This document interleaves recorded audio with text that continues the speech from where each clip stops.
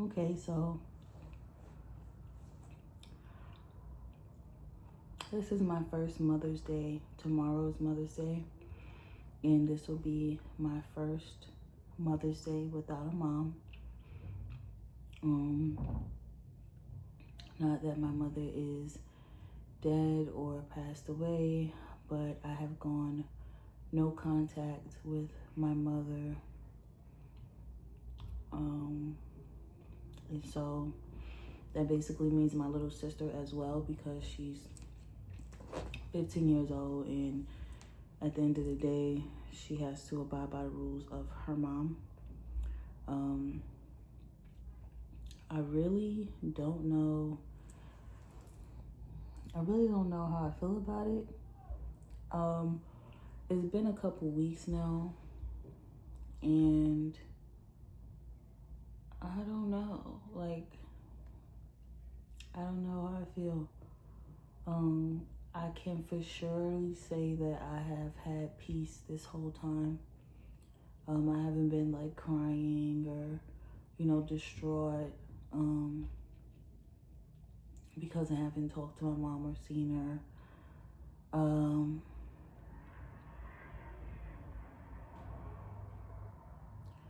Knowing that I live in the same city as her and I am not talking to her or see her is a little bit bothersome, but at the end of the day, everything that happened, the events that took place, things that were said, I just know that this is gonna be my life for a very long time, and in order to grow, you have to release things that are toxic.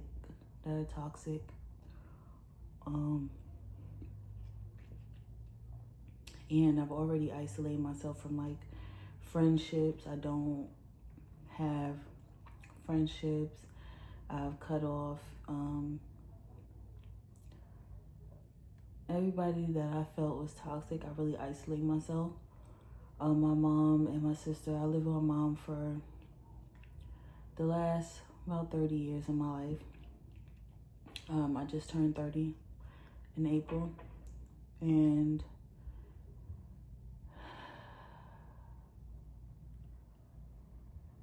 I don't know how to really talk about everything because it's just so much stuff to like say to connect the dots for you to understand why I made the decision that I make to be no contact. I just know that I'm not the scapegoat. I know that my daughter is not the scapegoat. I know that things that people have done for me, and as a parent, things that my mother has done for me, I know now at 30 that I do not owe my life for it. Like, I don't have to crucify myself for it. I don't have to endlessly prove that I'm grateful for it. And I've been fighting for my freedom since I was a teenager.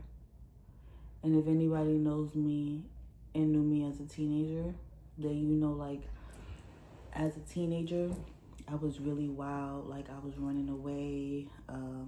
I was getting in fights. I hated authority. Like, I just wanted to be in control of everything that I did because I always felt like somebody else was controlling me, my life, my choices, telling me who I was, what I liked, what I could wear.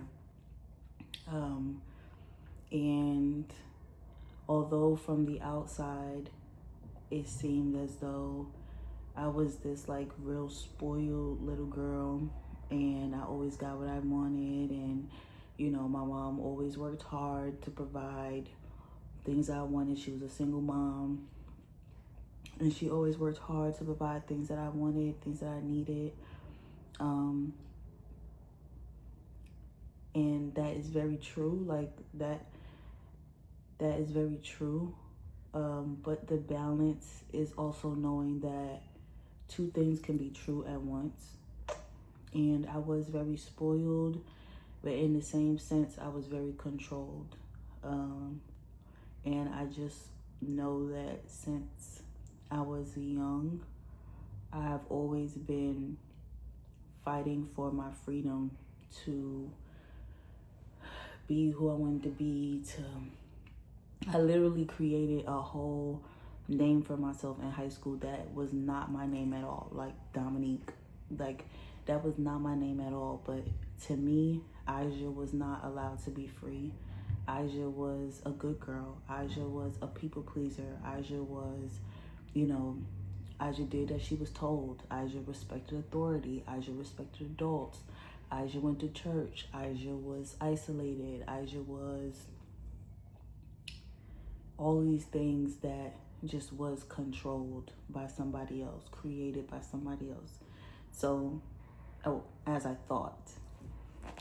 But, so I did create Dominique.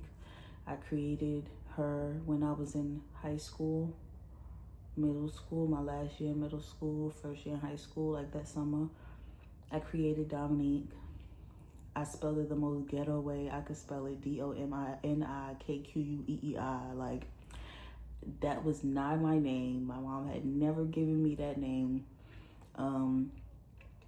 But I created Dominique because I felt like Aja was too controlled. She was soft, she was nice, she was gentle, and Aja got ran over. Aja was a people pleaser. So I created Dominique as like, Dominique don't play games. Like, my name is Dominique, I don't play no games. I fight, I'ma buck up at you. You think go disrespect me, you're not gonna do it. Like, you're not gonna run over Dominique. Dominique ain't having it. Like, so I created Dominique as a armor to protect who Aja was, because Aja just was just like a good girl, a good controlled girl that followed directions and excelled in whatever she did, and she was multi-talented, and all of that. That's what Aja was. And I created Dominique because I didn't want to be controlled. And at home, I had to be Aja, But outside in the world, when people asked me who I am, when people interacted with me, they could interact with Dominique and not know nothing about who Aja is. You know what I'm saying? So, anyway, my point in making this video is to document my process, because it's kind of like I'm mourning the death of someone who's still alive. And I've never really mourned well. Like, my father just passed away 2 years ago. My friend Sarah passed away 3 months after my father passed away. My best friend Sarah. And I found her in her apartment, dead, overdosed on fentanyl. I then became Solomon, her son Solomon's foster parent, who he was autistic and nonverbal, so that was a lot for me. Before my father died, my brother died. My oldest brother on my father's side died, Quincy. Before him, my Uncle Jahi passed away. Grandma Maisie passed away. Daisy Lee passed away. So, like, I can remember, like, all of these people passing away, but I don't ever remember, like, really dealing with people who just disappear. Like, right now, Rashad, he's like a brother to me. He's locked up right now.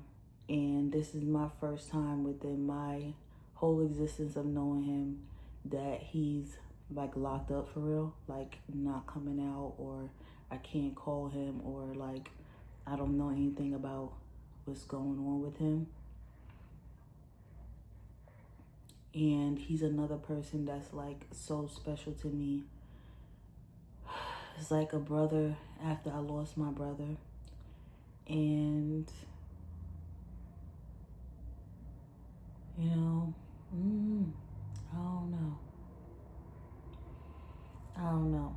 I have lots of siblings, but I don't talk to any of them because I feel like all of our relationships are toxic.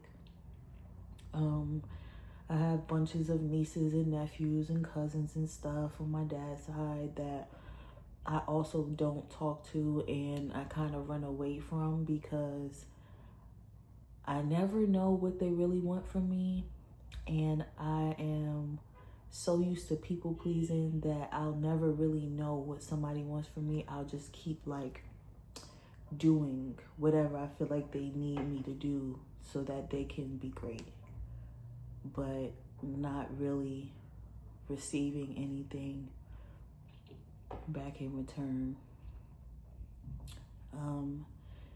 The incident that happened with my mom and my little sister was a lot. It was like 3 days of hell, 3 nights of hell. And on the third day, third night or whatever, finally coming to an agreement to leave my home, and that was it. The next morning, I talked to my grandmother about it. She agreed. And the next morning, my grandmother helped my mom and my sister get to their next destination away from my home.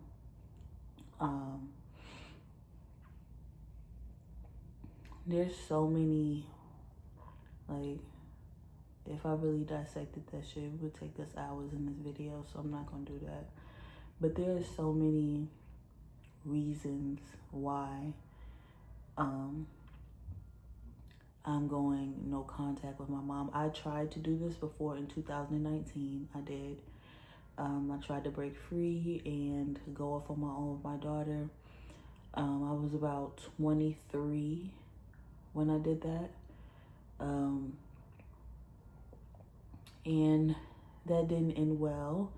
A bunch of things happened to my daughter while I was trying to break free, living with other people, trusting friends, trusting family members, whatever, with me and my child's life. And a lot of things happened inappropriate to my child, and it put me in a frenzy. And so I gave in and I ran back home, well, to my mom's place. And again, the guilt of feeling like now I'm running back to my mom's place. I came back to my mom's place with a large check to, sow my oats and just tell her, like, this is what I'm giving to you. I came back, but I came back with money. I came back with something. I didn't come back just crawling back with nothing. I came back with a large amount of money for us to be able to, furnish the home or do whatever we wanted to do, get the girls ready for school. I've done a lot to help take care of my little sister, both physically, mentally, emotionally, financially. And I don't know, I guess that always was something that I felt like I had to do because my mom helped me when I had my daughter at 16. She helped take care of my daughter. She helped me a lot, which I feel like was controlling, and it actually hindered me more than it helped me. But nevertheless, I'm grateful for anything that anybody has ever done to help my children or to help me take care of my children.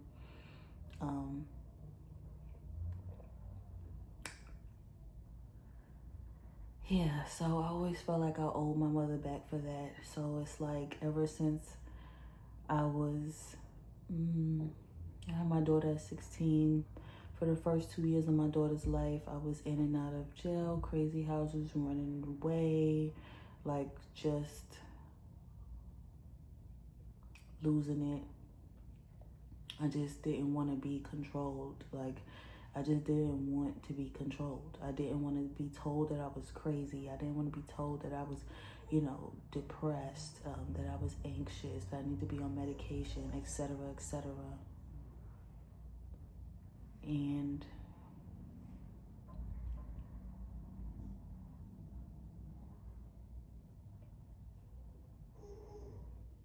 that's blue. This video is going to end soon. I'm going to post another video tomorrow, but this is just this series of me using my platform to be vulnerable and to talk about things that go on in my life. Because if you can't tell, emotions are really hard for me to deal with. And I will just float through life and talk to myself about things, but never really express how I feel. Because I feel like it doesn't matter, who cares, as long as I know who I am. But I need to document this just so that I can always look back, and if there's anybody else that is going through this or has been through this, to just leave comments with advice. And I'm praying for you in your growth. I'm praying for you in your healing journey.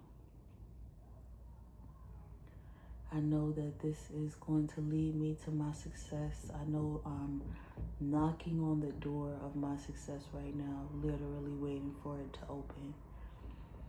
And I know that when God does these types of things in your life, it's to make space for the things that you deserve. And at this point in my life, I'm just ready to receive the things that I deserve. And I don't need anything else holding up space with toxicity or negativity. I don't need anybody around me who is not invested in me, who has ulterior motives. I don't need anybody around me who wants to blame their life on anything. I just want accountable, healing, thriving, happy, peaceful people. Because that's literally who I am.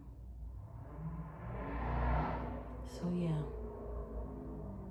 it's Honey Eye Girl, and today is not a mukbang, but it is going to be my first Mother's Day tomorrow, and my first Mother's Day without my mother. Is she dead? No, she's alive.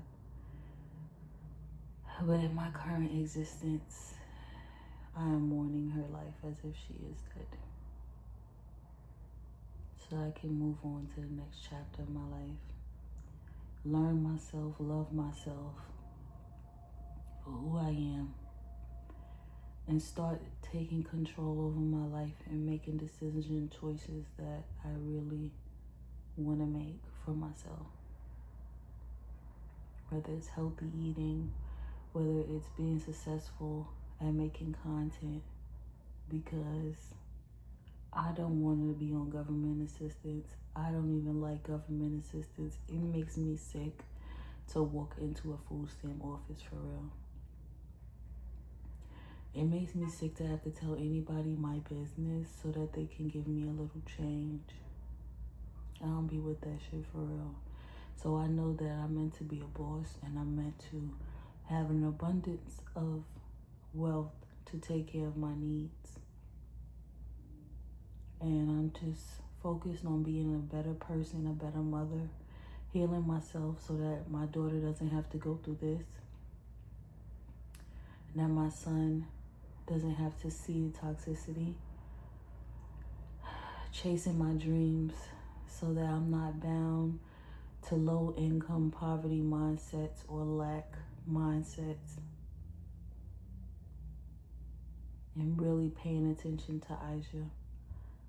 I'm no longer Dominique anymore. I'm not trying to cover up the fact that I'm sweet, the fact that I'm kind, that I'm loving, that I'm gentle, that I'm soft, that I am creative, that I am random, that I am adventurous, that I'm loving, that I'm healing, that I'm a prophet, that I'm one of God's favorite. I'm no longer trying to cover that up. Now I stand in who Aja is.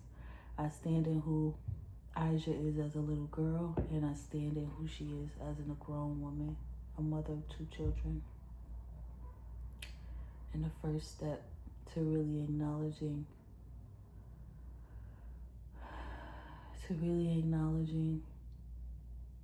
that I love myself is cutting off all the excess around me that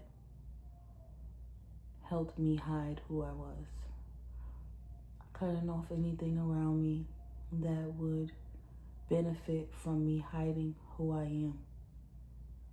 And if that means that I'm alone, and if that means that I have to find a new family, a new tribe, a new mom figure, or whatever it is that God is going to send me, what I need to survive and to thrive in this world, God is going to send my children the family that they need. I'm not alone.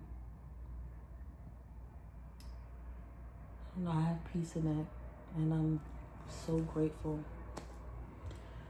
that I'm at this point at 30. So like, comment, subscribe. Follow me on my journey. Please leave any encouraging comments down below. And yeah, if you go in no contact with a parent right now, it's gonna be okay. This is just the first stepping stone to you knocking down that door of success. And everybody can't always go with you. Sometimes it be your own parents.